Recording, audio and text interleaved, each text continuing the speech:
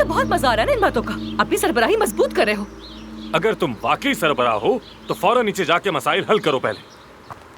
मुझे मालूम है कि तुमने किसका ऑपरेशन किया। कौन है वो? आयदन गुलेर।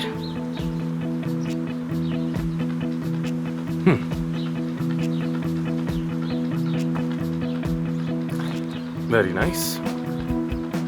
तुम तो वाकई सब कुछ जान गई हो। तुम अब भी कुछ छुपा रहे हो मुझसे।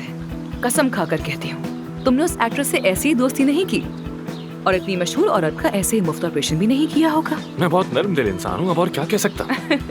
बहुत ही नर्म, हद से ज्यादा। कहाँ जा रही? आयदन गुलेर से मिलने जा रही हूँ मैं। देखते हैं वो क्या बताती है मुझे। कहीं नहीं जा रही हो तुम। तुम्हें आयशा और बादी साहिबा से निपटना है। अगर तुम खुद को यहाँ का बॉस कहते हो तो मेरा बिगड़ा हुआ काम तुम ही ठीक कर लो ना। यार मैं तंग आ चुका हूँ तुमसे। सिर्फ 2 दिन में ही तंग आ चुका हूँ तुमसे।